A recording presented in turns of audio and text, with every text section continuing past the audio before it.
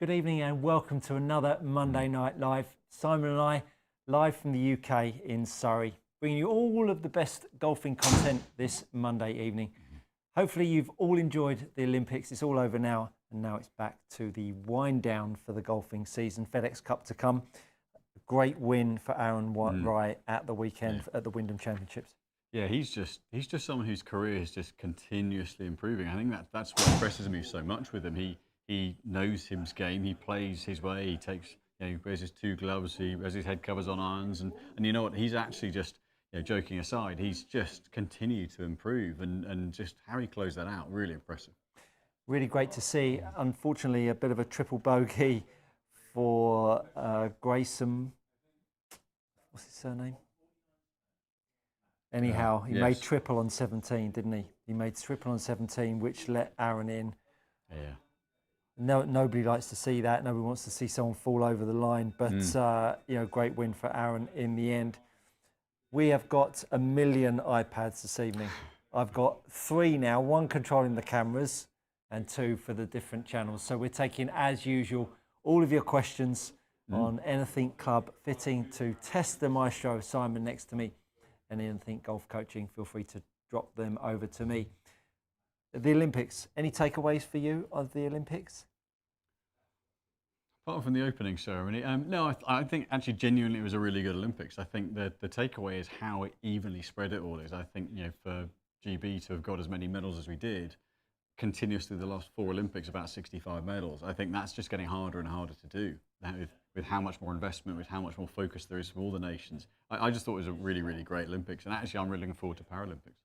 And how much interest have you got in the FedEx Cup playoffs? Not a lot. No, not yet. I think once they start to get into it, I'll as we get to the business end of it, I'll get more interested. Right now, it's kind of jockeying for position for the last round. Really, I think once we get maybe the second half of the second tournament, lead into the Tour Champs, I think then for me it starts to get tasty. Yeah, I think that the change from going from 125 to top 70 made a much better bit of TV for the Wyndham. I think the full series, which comes after the Tour Champs, which for the rest of the golfers that are going to be playing out for their cards, so that difference between 125 and downwards, all of a sudden they're playing out for their cards, which is all of a sudden later in the season. Always felt really quite early in the year, didn't it? August, that someone's losing their card. So all of a sudden, it feels like you're almost in the swing of it, when actually February or March is almost your mid-season, whereas August is kind of end of season. So it never really felt quite right, that to me, but good to see they've adjusted that and we've got the FedEx Cup playoffs the way I think it should be. Yeah, I'm still getting used to the Open being the last major. It still feels really earlier in the year. And the fact that we're already in the end of season playoffs this next week, you kind of go, as you say, we're only, now I know scheduling for American football and things is the big driver for that, and I get that, but it just feels so, as you say, it still feels so early in the season. Very much so. Well, we've got the iPads standing by, so we are going to get straight into the questions. I'll put my camera control down. James still away, swanning around on cocktails and dreams. We're going to open up with Ian McKinley. Nice to have you with us, Ian. Good day, gents. Have you played around with fairway shafts, 3 woods and or 5 woods in the driver head and adjusted swing weight to compensate for the shorter shafts? And if you have, how were the results? Yeah, so I actually did a fitting earlier on today where a shorter shaft length meant granted not quite fairway with shaft length, but improved ball strike for someone. You get a lot of players where the longer shaft length it gets harder to keep the club in plane and keep the face square.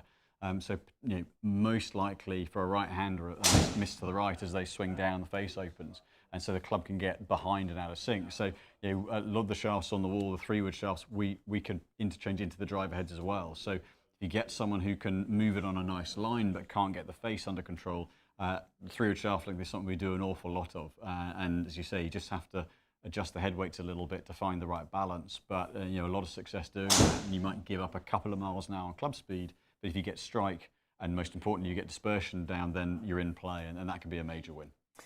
Just see my sister's arrived in the chat, and my only dread is if Gary turns up, and now we've got the dreaded twosome. Nice to have you along, sis. Thanks so much. Says we are looking sharp. Oh, it's these new, Stitch Golf polo shirts we have. Yeah. We still have our Peter Millar stuff, but we're just literally fresh in the back end of the week. Yeah, So. yeah, like it. Brandon Law, hi Simon. What are your thoughts on head centre of gravity location for irons?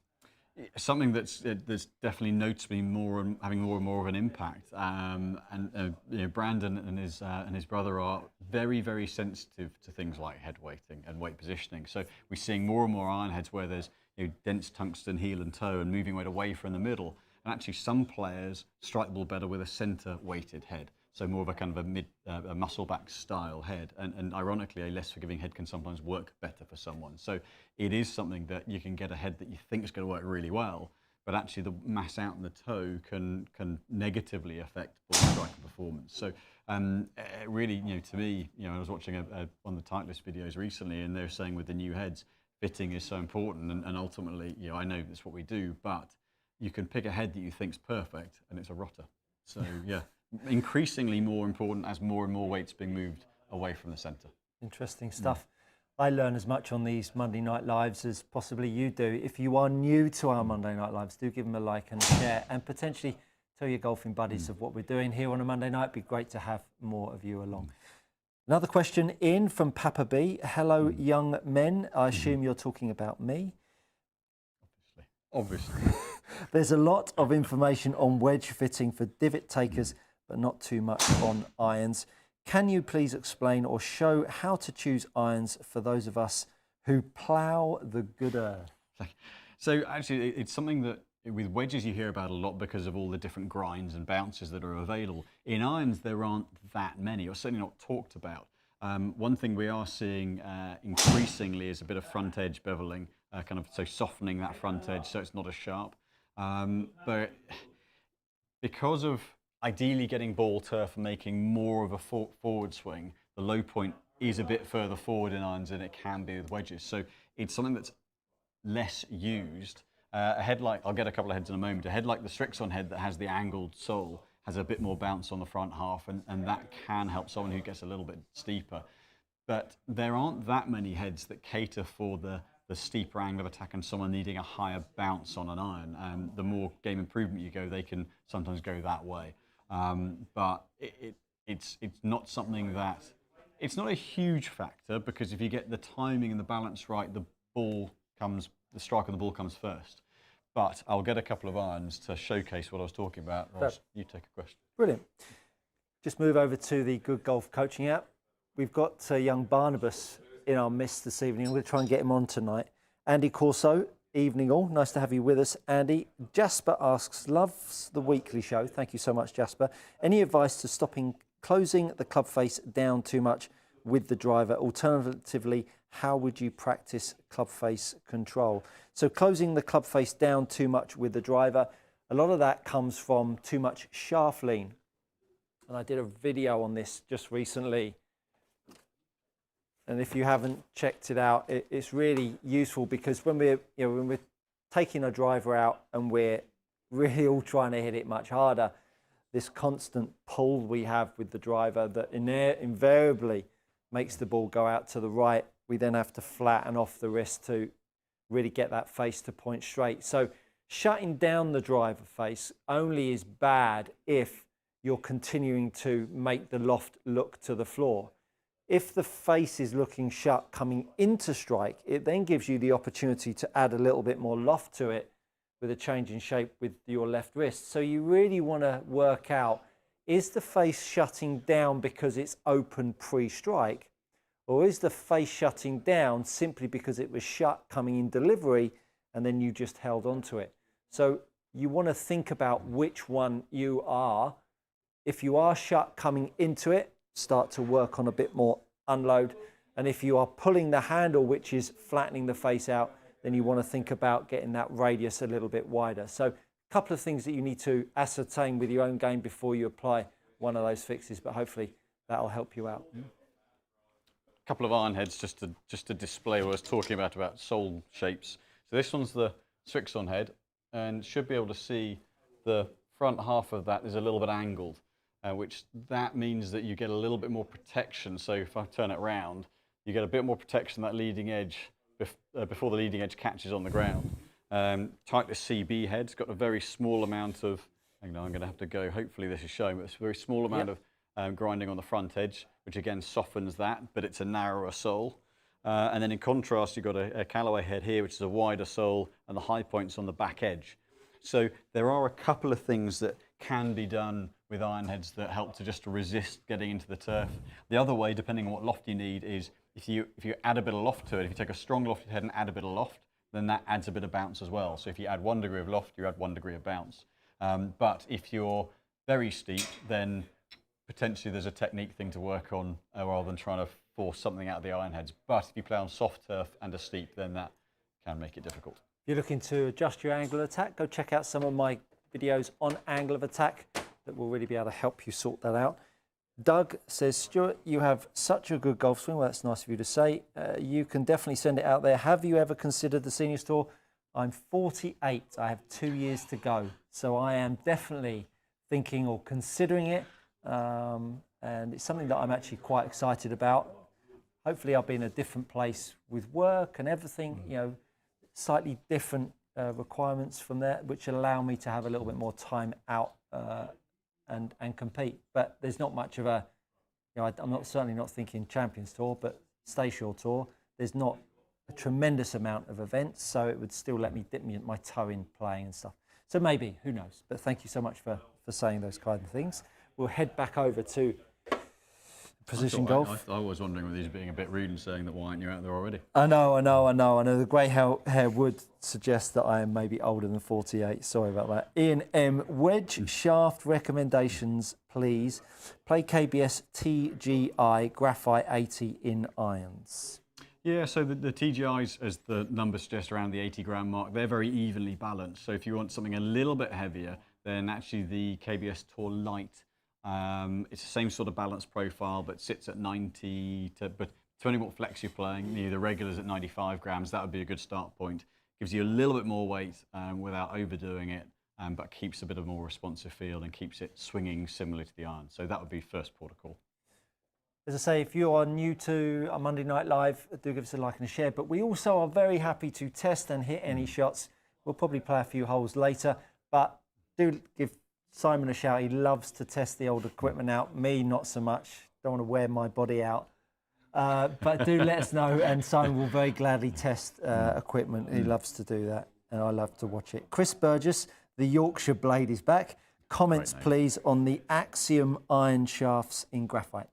Yeah, so really stable. So they incorporate some of the Velocore, well, not some of, they incorporate the Velocore technology. So that's really designed to stabilize the core, make the load more consistent, stop it overling, so consistency based, which is in the Ventus range of wood shafts as well.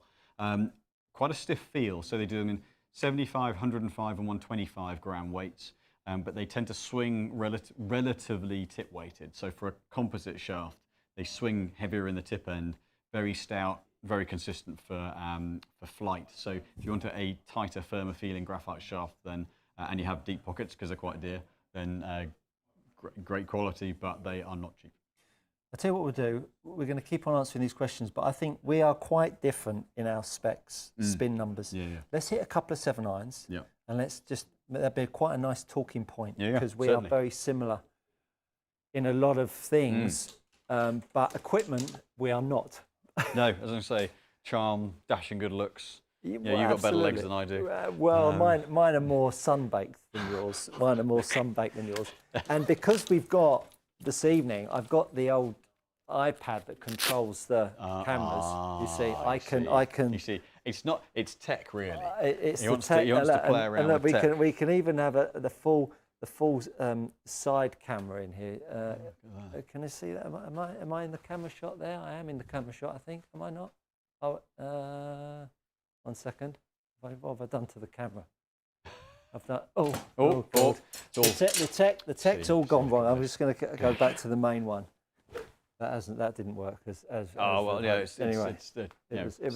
That's the most important thing. It was a nice idea. So yeah, 7 iron wise, I've got mine lofted at 33 degrees. Okay. Yours might be a degree more, I think. Yes, I think it is. Yes, it is. Yeah. Right.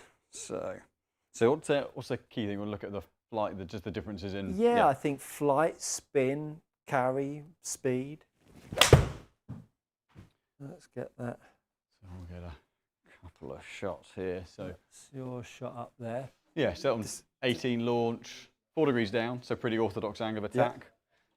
18 launch. I'm going to quit while I'm ahead because that was quite good. That's about as 5.9 orthodox on as it. spin, 167-yard carry. So I'd be playing when I'm loose. 170 is my kind of stock yardage with the 7.9. So on here, you just need to press sim and then transition. Yeah. Is that what you'd like me to do now? If that once I've hit it, and then it'll pop it up on the screen for the folks at home. Oh, you see, I'm a complete Neanderthal when it comes to this stuff. What? Good time to learn.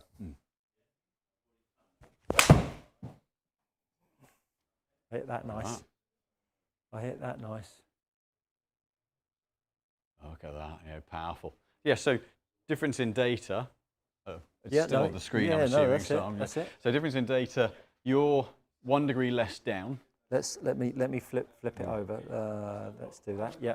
So actually, club speed's very similar, 87-ish. Ball speed, yours is slightly higher, but the reason being, your angle of attack's 1 degree less down. Yep.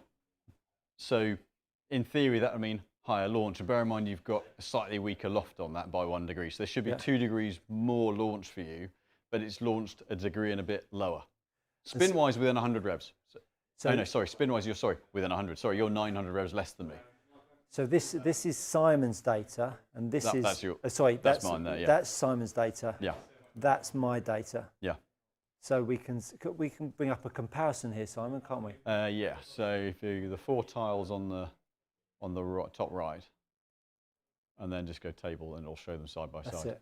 Yeah. So if you take just raw numbers, ignoring the flight numbers, is half mile hour and club speed. You've got 4 miles an hour more ball speed. Now both were struck really well, but you're 1 degree less down, a little more closed on the face, but you have spun it a best part of 900 revs less and launched it a degree lower for a delivery that should, all else be equal, launch it higher. Yeah. So what that says is your pattern is more kind of, you've got a stronger Delivery, more shaft lean coming into the ball, creating a stronger overall flight. Whereas I hit down more but release but deliver more loft. Yep. So completely different spin and flight patterns. Yeah. Which is labouring the point of very different equipment that we use. Yeah, right? completely. I mean, so I'm in an 8 degree driver, you're an 11 degree driver. Yeah. And as people who watch this regularly kind of would see, we are very similar club speeds. Yeah. But it's like how you approach the par 3s in wind on here. You're very different because you're a much lower spin player than I am. It just means that I can maybe stop one a bit tighter to the front of the green and spin it off the front, which often happens to me. Yeah. Whereas into wind, you're not having to adapt your flight as much as I am. But yeah, really different delivery patterns. We'll maybe hit some more in a moment, but thought that would be quite an interesting insight for many people out there.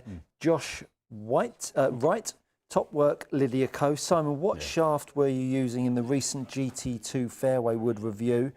Did not look the Oban Kiyoshi purple you normally use. No, that one, because having the screws in the head and ease of switching around, it's the same weight as the one I used, but I used one of the stock ones. It was the Tensei AV Black 75. One of the stock Titleist ones. All of a sudden, we have a lot of questions come in. Yeah. And I've just seen Gary's in as well. My sister's in. I've got to go into quick fire mode already. No, we'll be all right. We'll be all right. Yeah. So Leo asks Simon, are you switching from the TSR 3 to the GT? No. I think, and this is, I would be giving this answer whether I was having to pay for it or not. They would happily give me a drive ahead if I wanted to switch, but the TSR has been such a good change for me from M4 in terms of off-centre performance. And I can happily say, and Lewis will attest to this from our game, which he and his partner annoyingly won with him making an eagle 2 on the 17th hole, that I don't think I've ever driven it better. And in terms of straightness, consistency of flight, control, distance, there's just not enough technically, it's slightly better data-wise. It's slightly better spin off the heel, the GT than the TSR, but I would be foolhardy to change my driver from the setups in the moment. It's just too good at the moment. EGRFX, good evening. What causes drop kicking with a driver? It happens to me from time to time and not too much on the internet on the issue. I enjoy this channel. Thank you. Well, driver is the longest club in the bag. And because it's the longest club in the bag, it's as close to horizontal as you'll get out of any of the golf clubs. So when you set up to the golf ball, look at the angle of the shaft. This is getting scarily close to horizontal. And so what happens is that when most golfers with their irons have been working on some sort of inside-out path, and again, I'm being very sweeping because I don't know your golf swing, but drop kicking is when the handle rises up, which makes the club head drop back early into the shot. And I'm sure Simon will go on to a test. Weight of club head is going to have a huge impact on that. But the more the handle rises up, the more the club head drops back. I've done a recent video on how you must unload the driver. It came out today, in fact. Go check that out, and that will absolutely give you the insights on how to never drop kick your driver ever again. I like that. It shows, yeah, learning, listening and learning as he goes. But yeah, from an equipment point of view, weight, if it's heavy, as you move, club drops behind you, and that can move the load point behind, drops the club on the inside, or can drop it on the inside, which then has the bounce off the back of the ball, and then either the horrible flip over or the one that goes miles right. Ulrich Brew, good evening, Ulrich, and thank you so much for being a member of my channel. Really appreciate that. Great show, guys. Thank you. What do you think about the drill or swinging where you hold the club almost straight after impact and do not let the club swing through? Hate it with all of the passion in my heart. Yosh Nathavut, cavity back versus muscle back at same loft, same shaft. Would muscle back have improved distance? No.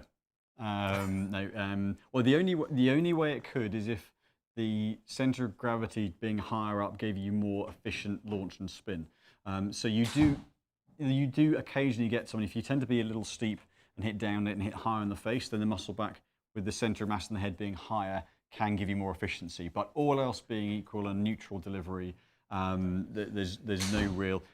It depends how much of a cavity back you're going to. That is the only kind of caveat I'll give you. If it's like a standard kind of muscle cavity where there's a little bit of perimeter weighting, there's just no difference. You're generally only going to see a difference from a tech change on head and a faster face, which changes launch and spin, versus if it's a single piece cavity back versus muscle back. Really not a lot in it. Very good insights, and you need to be trusting everything that he says because he's seen it all. Yosh says, love your broom video, sir. Well, thank you very much. There's a whole playlist. I think I've done 5 now, and I've got a 6th one coming out on Wednesday. Stay tuned for that. Nick West, evening, gents. Love the live shows. Thank you. We love doing them. Looking forward to tomorrow's trip to Precision for a lesson with Stu and collecting the new wedges after a fitting a couple of weeks ago. That's fantastic. What a day that is. What a day that is. It's actually hopefully not quite as hot as today, and you can go and use them afterwards. Yeah, absolutely. David Rice, hello from Canada. Hello, David. Afternoon. I watched and followed your grip videos this morning. The right hand on top is very tricky. Can you show the top hand again, please? I really get your instructions. Thank you both. So I talked about the right hand being more on top of the golf club. Everyone has always talked about really this crease, but the reality is, Barney coming to join us, the reality is the palm of the hand, this crease in here, this lifeline, wants to sit on top of, down this bone here, on my left hand, and then the fingers sit underneath. So this is how you place the club, the right hand on the grip. It's all too easy to go into the base of the fingers and then stretch your hand over. And that, my friends, is not the same thing.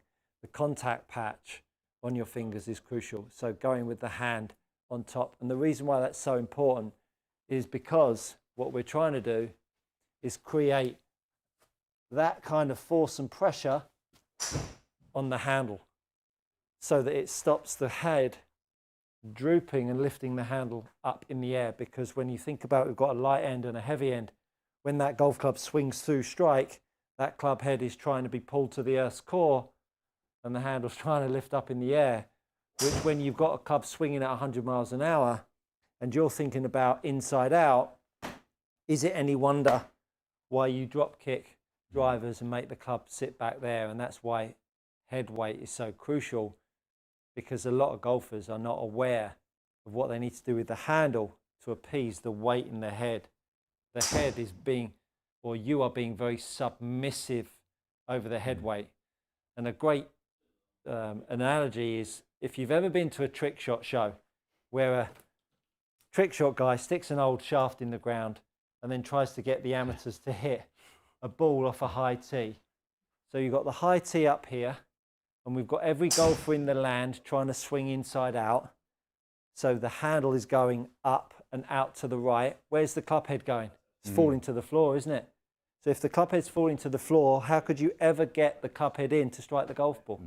Whereas if you understand that you need to support that head weight with the good pressure points through your grip so that the golf club can be supported, you'd be able to whip it off a high tee, no problem. But because the floor's down there and we can just cattle prod the club head into the deck and get the ball somehow, and of course we've got loft angles and great equipment and great fitting that makes that all kind of work, you understand that this end here has really been forgotten about for so long. And so all I've tried to do is make people understand how important it is to hold the club appropriately, and then how that grip needs to manage this head weight that's always trying to sag itself to the floor, and what we need to do as a human to make that all work.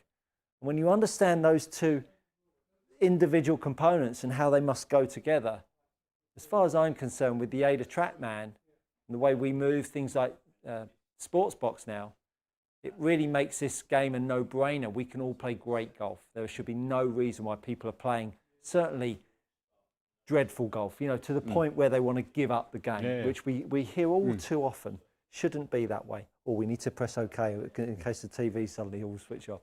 But that grip series and a lot of my stuff on my channel is all about understanding the swing for what it is. You all got various idiosyncrasies to your swing, but understanding that there are some methodology behind swinging this club and hitting a golf ball well, in my opinion, anyway.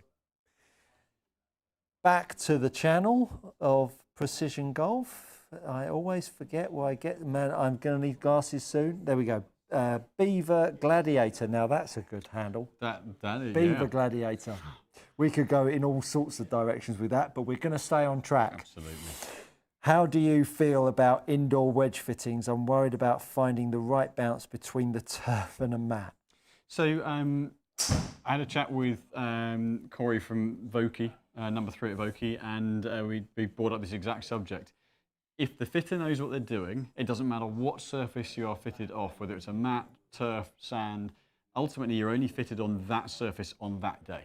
And actually we play on so many different types of turf and conditions, wet grass, wet turf, dry turf, you know, thick grass, thin grass, that actually the wedge has to work for you. And actually if someone knows what they're doing in terms of looking at your delivery, the weight of the club, what kind of shots you play, and tries to understand the conditions you play in most regularly, then that can be interpreted and extrapolated across the spec. So you know, you could be fitted on the nicest piece of grass going, but if the bit you play off is different, then it's irrelevant. So it's actually just as long as the person fitting you understands your game, your angle of attack, has the data to look at how you swing, and then can look at the distances you play and the way you play the shots, then you know it's no issue whatsoever. Absolutely, absolutely. I was going to go into angle of attack, and angle of attack at 4 down can come in very different ways. You've just seen Simon and I are 1 degree different, but the implications of that 1 degree were way more than what 1 degree was delivering. And so the 4 degrees angle of attack is you could have 5 people with 4 degrees down, and they're all delivering different loft angles with the same golf club. So, and that's the experience and expertise of a good fitter, being able to work with that. So whether you're hitting it off the M25, hitting it off of mat or grass, matters not. And actually, and to your point, you can get someone who has 1 degree downward angle of attack, but needs higher bounce than someone who's 6 degrees down because of how they're putting the club head into the ground and through the turf. So it's really, as long as the fitter is skilled enough to understand your game and why you deliver the club that way, they can then work out what the club needs to do to help you get consistency of strike. Until TrackMan can read the handle relationship to the head, it'll always be a really good experienced fitter that will be able to tell you how to deliver a golf, or how you're delivering the golf club, I think. TP Hartley. Hi, guys. Like fishing boots? I'm glad you went there. Excuse me, I've extra chili sauce. I've overlooked another great handle. Hi, both. Love the show. Highlight of the week. Oh, that's nice of you to say. For Simon, have you tested the new Proto Concept CO5 TP? If so, any thoughts? Would they fit in a similar performance lineup to the Titleist T100? Thank you. There's actually a head we've got to add in, so I haven't hit that one yet. But as you say, from a performance point of view, the Proto Concepts have never really been a distance iron. It's been very much about consistency and forgiveness. So across all their lines, their kind of standout feature is the fact that in the CO5 versus the Muscleback, they had the same loft, and there weren't really ball speed variances. It was more margin of error kind of forgiveness. So as to whether they're going to be quite as strong playing as the irons you mentioned, I'm not quite sure. But yeah, due to get those in hopefully very soon, and we'll as soon as we do, we'll get a review up. Gary Satterfield. Hi guys, can Simon dance as well as you, Stu? Your moves the other day were impeccable. So I did a short on my YouTube channel, dancing to music whilst hitting a driver. It was a little bit risque, and that's what he's referring to. Go check it out if you haven't seen it. Dancing for me only happens very rarely, and after dark, a couple of shandies, and very much after dark. He'll be better. Tim G. Stuart, for a functional draw with driver, what do you mean by functional draw? What is your preferred path, direction, angle of attack, and face angle? My only request is the face is looking some degree left of the path. All of the other stuff will depend on how the human is moving, because those numbers, like we've just talked about with an iron, someone could be 1 degree up and delivering very little loft. In fact, the driver video that I did today, I actually talk about how you could create and generate an angle of attack of 3 degrees up on TrackMan and deliver a launch angle of 4 degrees, 6.9 degrees in fact it was. And yet I could create a 1 degree angle of attack up with the same driver and create 13 degrees of face angle, launch angle. So I can't answer it, but the only thing I would say is that I would want a face to path relationship of somewhere between 1/2 and 3 degrees left of the path, strike being half decent, and a loft angle or launch angle of around between 11.5 and 13 degrees, but again, depending on the club speed. So there's so many depends, that to say what are you looking for, all you need is some form of face left of your path, which is a negative value, and a strike somewhere near the middle. Yeah. So from a functional point of view, I would read functional as reliable, and for that, it's not a lot of face to path number, because then it's controllable. If you're getting, if your path number is strong and you're getting then 3, 4, 5 degrees closed, then it's starting to loop. So you can be 9 degrees into out and 2 degrees closed, and that's a functional draw as long as you're doing it regularly. But then you've got to change your setup in order to not send it over there somewhere. So functional I would read as reliable, and that equals not much face to path. Fine. Chris Burgess, the Yorkshire blade looking good, guys, like the pink on Simon. Looks good on you. Ian McKinley, question for Stuart. I tend to open the shoulders with driver and get a pull hook. Please help with squaring the shoulders. Well, Normally, a ball position back will sort that for you. You'll meet it earlier in the circle, and then you won't hit a pull hook. You'll just hit a bit more down on it, and it will start a little bit straighter and a little bit lower. That would be the quickest way without me seeing a golf swing. Andy Morrison, hi Simon. I have a Ventus Blue 5S in my driver. Can you recommend any stock shafts for fairway woods which would be comparable? Great channel, thank you. Thank you. A stock shaft that's comparable to something like a Ventus. You're going to be hard to find something that's going to be as stable as a stock shaft. And Titleist do a reasonable amount of offerings. It's their Tensei AV 65 is stable enough without being overly harsh. Normally what tends to happen is that the lighter weights, the 65s and under in the stock shafts, tend to be quite tip soft and quite responsive, and then you go 75 and they're really quite solid, but then the weight ramps up too much. So there aren't going to be too many stock shafts, I wouldn't have thought, but it's probably yeah, the Tensei AV in the 65 in the blue, I would say, would be the most likely one to give you as close a match as possible. Very good. Nick, I'm not going to try to pronounce your surname, Nick, sorry. Sorry, I'm not very good. Any shafts in the 110, 115 gram range with profile similar to the Nippon 950 Neo? The Neo, okay. So Neo's a softer tip designed for a little bit more flight, very neutral. Otherwise, I would say KBS Tour in the 110.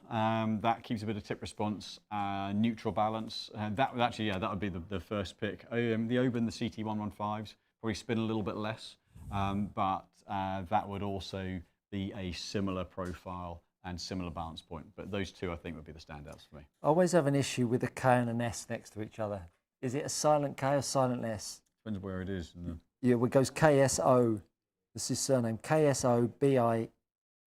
Do you pronounce the K or do you pronounce the S? Yes.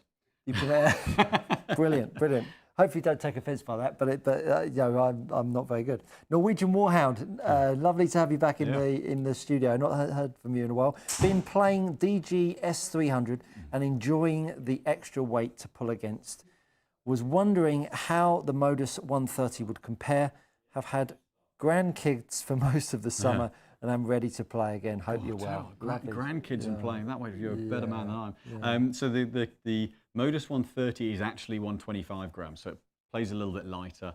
And feel-wise, profile, they're very different. The dynamic gold is softer in the middle and stiffer at the handle and the tip end.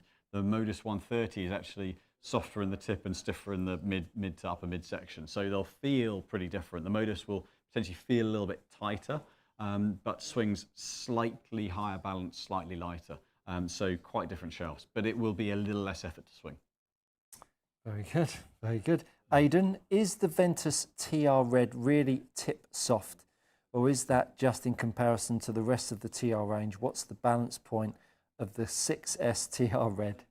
So you're absolutely spot on. Yeah, the TR Red, whilst for the Ventus range, the Red is a softer tip shaft. It has responsiveness to it, but you're also with the Velocore, it plays fairly stable anyway. It's not really a high launch spin shaft. It's more kind of moderate. So it is all relative in that respect. Balance point, the TR in the 6S, it's a mid to upper mid. It's not a counterbalance shaft. It's pretty neutral overall, but the tighter handle makes it feel slightly higher balance than some of the more responsive shafts. Can't be a tighter handle. Tom Ashmore. Hard pull. Tom Ashmore. Tom Ashmore. Evening, gents. Missed the live last week, unfortunately. How dare you have life outside of Monday night at 6 p.m. Disgusting, Tom. We'll let you off this week. What is your favourite club you have ever owned? Oh, good question. Ooh. Also, Stuart, did you see the Turkish guy shooting in the Olympics? No. Oh, so he basically stood like you were, basically. So they had all these guys with tech and gadgets and gizmos on, they're like, you know, the kind of joke stuff at Tin Cup. You see the guys on the range, him on the range, and they were kind of, you know, obviously lasering at the target. He literally just went, and he got silver. Just glasses like mine. Brilliant. He just couldn't have been what he looked like. That's me. Samuel L. Jackson out of Pulp Fiction just stood there with a gun. That's me of golf. It's very Once impressive. you know, don't need any of that I thought crappy that was swing aids. brilliant. And That all was that so nonsense. cool seeing that guy do that. Was Brilliant. Love that. Favourite club I've ever owned? Now that is a tough one. Let's not have. We don't need 5 minutes of umming and erring. No. I'd say Can you get to the point? driver right now. Brilliant. He's right up there. Yeah. Well, my favourite one. I love my driver at the moment. I love my driver, but I'm learning to love it. But my Callaway X Hot was pretty special. I mean, I love this, but I've still got like a soft spot for my Callaway X Hot. But this is definitely further straighter. But He tells me not to go on about it, and he's going all misty-eyed about it in the driver. He doesn't play anymore. Well, do you know what? I won't talk about that actually. So we'll go Martin Williams. I'm going to throw one other in there actually. There was a wedge that Mura-san's Yoshitaka Miura ground for. When we were over in Japan in 2007. We were talking about wedge grinds, and he went away, ground ahead, brought it back, and said, "Is this what you thought of?" Yes, I played it for about 7 or 8 years. Really? That from an emotive point of view, from a performance point of view, current driver. Like it. Can you get Stuart? Aidan asks, can you get Stuart to hit a KBS Tour 130X with a T100 and see if the numbers differed to his Project X 6.5 shaft, and if he notices any difference in feels? Right. That's the first time we've had a request from me to hit I can ask him to do it. He might not do it. I can ask. Yeah, I'll happily do it. Happily do anything you like. As long as I've got to keep my clothes on, we'll be fine. Daniel Winterbottom. Hi. In fact, we'll just go over to my channel just to see if we got Doug. I meant well by the seniors tour, by the way. Nothing to do with the full head of grey hair. No, I didn't take any offence by it at all, Doug. No problem. Stu, I'm struggling with losing a lot of distance with the driver. I have quite a laggy swing, which is great for the wedges and short irons, but not driver. How can I get some speed back? Well, I would do lots of right arm swings with your arm straight. Lag comes from when you sort of relinquish pressure with the right arm, and it sort of softens it. I mean, a good swing when you think about that was someone like Paul Broadhurst, if you remember back in the day. But I would get you to take your club in your right arm and just make some swings where you literally lock out your right arm, set it as much as you can, and then start to feel like you can get some more pressure on the shaft outwards with a right arm, and start to feel like you can get your right side releasing, because what happens is when you get narrow and laggy in your downswing, what tends to happen is your right side gives way and starts to work under. Whereas when you get that right arm a bit straighter, you'll start to feel a little bit more radius with the right side of your body at this delivery point in the golf swing. And what that'll start to do is when you start to get a bit more radius with the head on the way down, you'll start to speed up your body, because all of a sudden the body's not stalling out to wait for it to unload. So that would be my recommendation if you want to try and get a little bit more speed back. Got the wrong length. Back in the mo. No worries, while Simon dashes off. DSC 6072, nice to have you with us. Question about clubhead speed. If I swing 87 miles an hour with a 7-iron, Swixion ZX7, about 118, 120 ball speed, how fast should my driver swing be? 45.5-inch driver length, just a ballpark, please. Is it 87 mile an hour 7-iron? Yeah, I mean... Should be about 105. Yeah, 105 would be nuts and bolts, yeah. Have we got... This is... I feel all nervous about hitting this. You ought to hit yours first, I think. Do you think? Four. Hit my one again first, and then hit... Is that my one? That's your one, yeah. That's mine. Hasn't got a screw on the end. That's the 6-iron, yeah? Yep. Yeah. Now I know what I'm going to expect. You know what they're going to expect? Well, I know what I'm going to expect from the feel side of things to swing. Right. Don't forget you got to, when the ball's in the air, TrackMan Sim, transition. Yeah? Got it. Quite complicated for a bare of little brain like me. It's all right. Make it a fair test. No, that wasn't a very good shot. That was fat and left. I shan't Forget get that. it to look at the screen. Yeah, don't let we don't. Nobody needs to see that. Nobody needs to see that. Okay, that was my swing. That was my swing. There we go. So numbers wise, strongish flight-wise, but that's why you don't play 3 irons and 2 irons like I do. Yeah, good efficiency, nice strong flight, 189. Yeah. Right. Do I need to press something on here to get it back to? Yeah, press main camera main, and then transition. Oh, there we go. There you go. It's easy when you know how. You'll be doing it in no time. I won't. So what are we expecting? What are we expecting with this? Well, I'm not gonna say anything. Okay. But they are quite different shafts from a. They should swing quite differently. Right. Okay.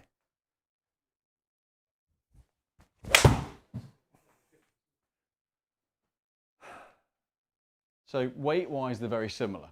So general direction may not change too much. A little more spin. Yeah.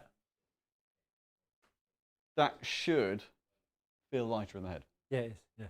So you know, in terms of regulating and timing shots. But literally gone. The carry number is literally the same. Yeah. Yeah. Interesting. Slightly different way of getting there. The difference comes. I'm going to put camera main. The difference comes. So for these two shafts, because they're very similar base weights, and the Project X isn't a massively tip-heavy shaft. It's a lower mid. That's more kind of mid upper mid.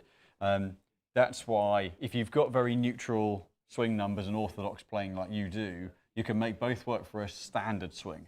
The moment you start to try to play shots with it, that's when that would fall down performance-wise, because it doesn't flow through quite the same way as that. So you then have to manage the club head, and that's then when the control will start to go. So this is lighter. This is lighter as a mass.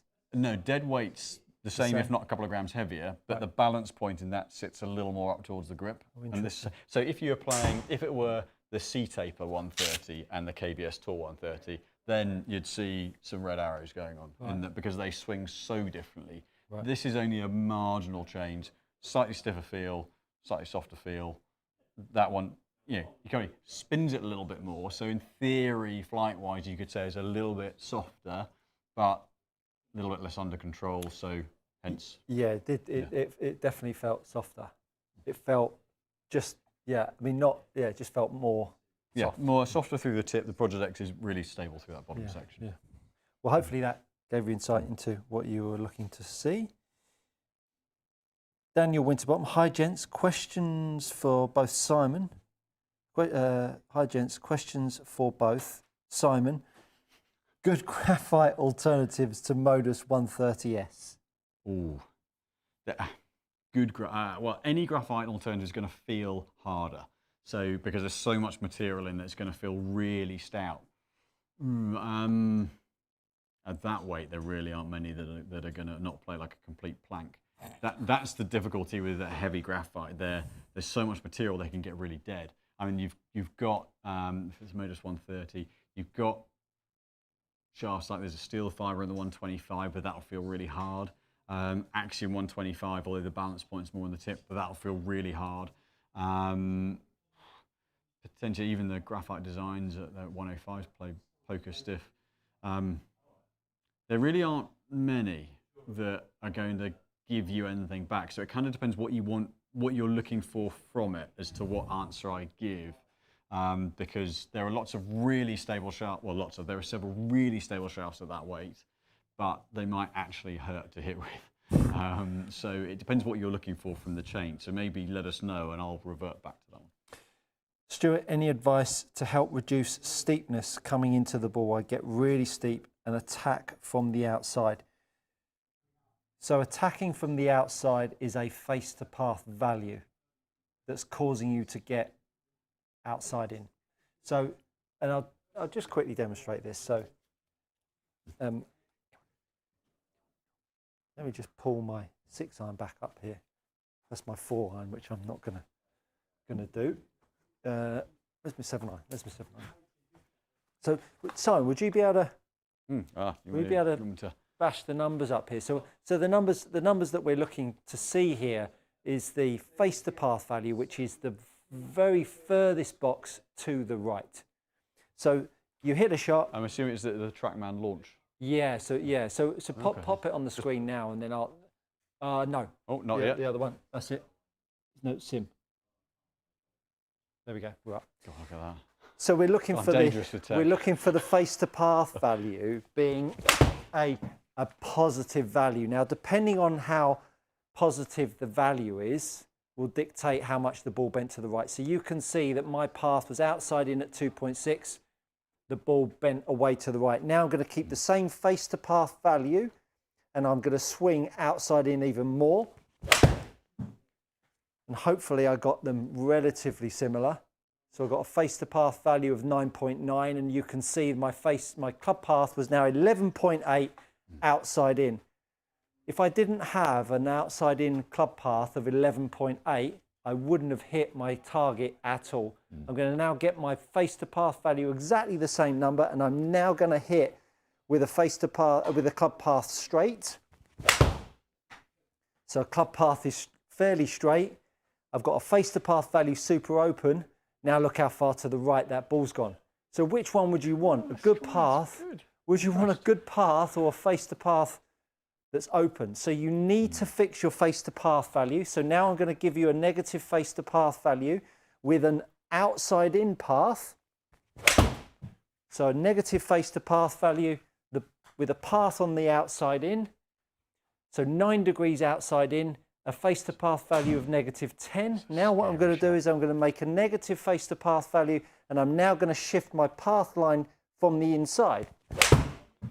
Now all of a sudden, look at the difference of the ball flight, the negative face to path and the path to the right. Now look how much closer the ball's gone to the target. So if you don't fix your face to path value, I promise you, you will be spending money on golf lessons until you move on to the next life, because it will never, ever change. So change your face to path value, do whatever you need to do, and you can find all of that stuff on my channel, starting with the Grip Series playlist, because I promise you, hold it well and you will never battle with a positive face to path value, or it will certainly tone it down. But hopefully that demonstration has given you some insights in how influential face to path is to affecting your path line.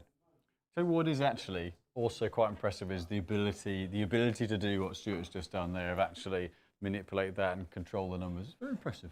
Thank you very much. I've done it a few times before. Still not easy.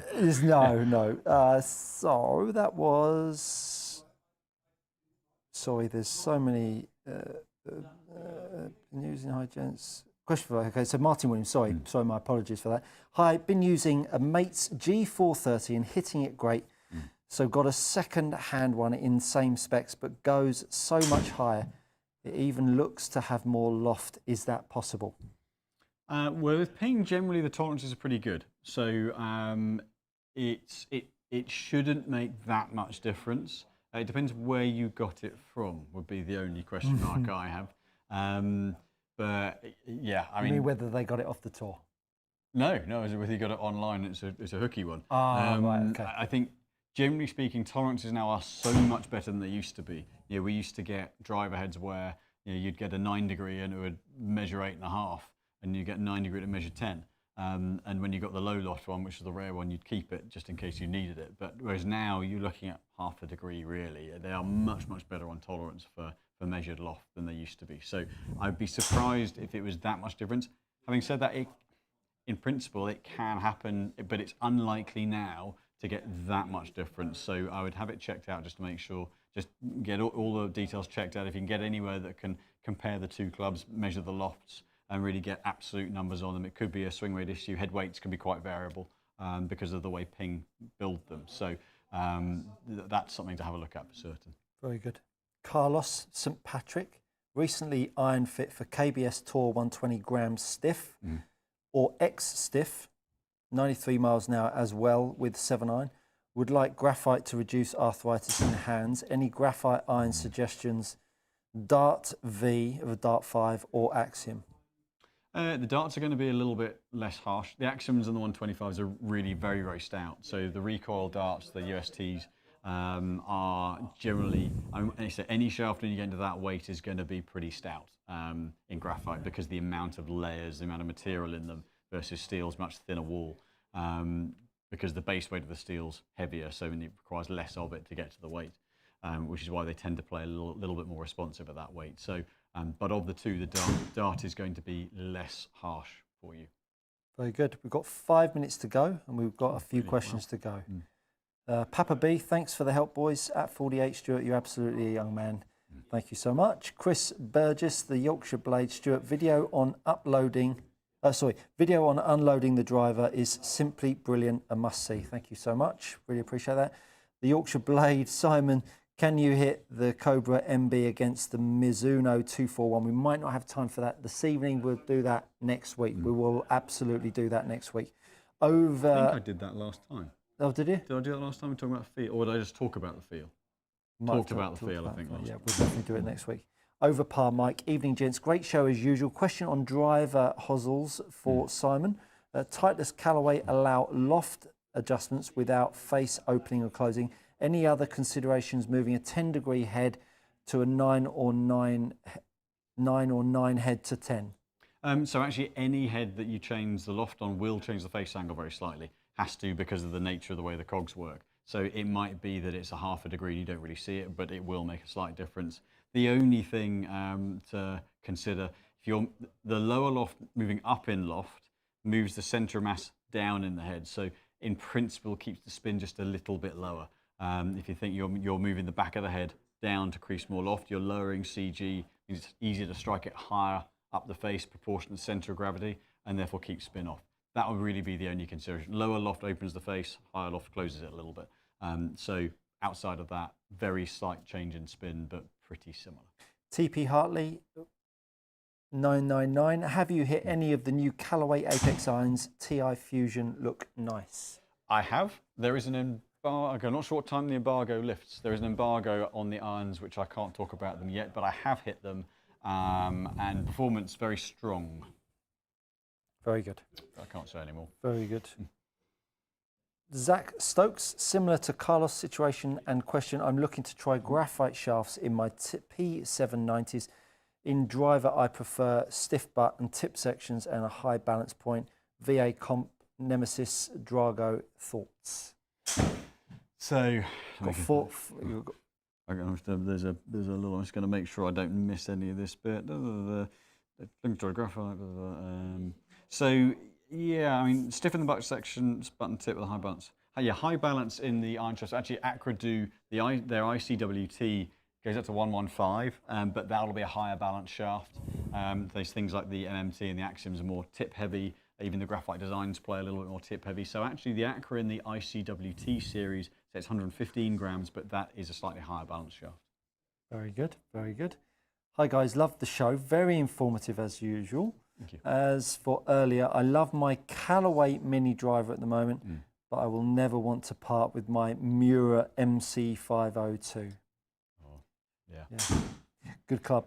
Dave Hurley, evening guys. Evening Dave, nice to have you. Would a TX shaft at 70 grams be better at dispersion than an X stiff 65 gram shaft, especially left to right dispersion?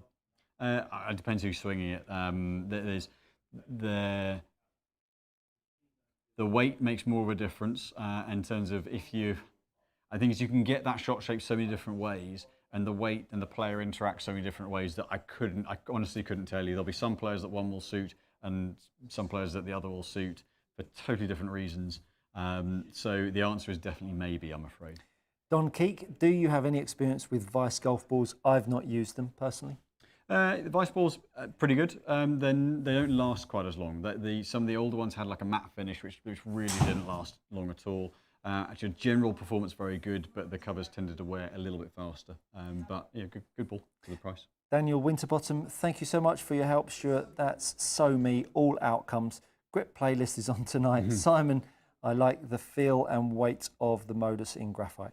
Good stuff. Andrew Hommant, are there any brands that marry better or naturally fit together better than others when building a bag in a fit? Good question. For example, irons in one and wedges in another. So the only one would be ping irons and wedges if you're going longer than standard, because the ping wedges are the only one you can get lighter head weight to build longer than standard and not get a very heavy swing weight. So that would be the only one that really stands out. I mean, from a feel point of view, okay, mirrors matching through because then it's the same feel. There's really nothing that's going to feel that way. If you're wanting a softer feel, actually a lot of the wedges feel quite soft now, so it's hard to say other than if you're going longer and don't need the standard head weight, then the pings will be the one that stand out from that point of view. Very good. Joseph Worthley, thoughts on Tour AD shaft line quality versus Fujikura and Mitsubishi? The quality of materials of all of those companies is fantastic. Tour AD have very slight variations between models. The VF is probably one that has the biggest difference because it's a bit more stout. But there are very slight variations in terms of feel and performance through, whereas you get bigger differentials from Mitsubishi and Fujikura through their lines. The Graphite Designs is more of a gradual progression through lots of shafts that kind of overlap a little bit. So, but great quality, all of them, and I know you couldn't mark one out quality-wise versus the other. It's just one will swing better for someone versus the other, and that makes them the best for the player. Fantastic. Well, Barney has fallen asleep, so that pretty much says everything about this 1 hour for him. But hopefully it's not sent you asleep and you've really enjoyed it. Simon and I always really enjoy these hour-long shows. We're going to be back next week at 6 p.m. The Cocktails and Dreams guy that normally does the camera, James, is going to be back with us, which we can't wait because I can't cope with all these different laptops. Thank you so much for all of your questions. Do share it with your friends. Give us a like because we'd love to have more of you back next week. Save all your questions up during the week, fire them at us, and we'll do our best to answer them. Thanks so much for joining us, and we'll see you next week.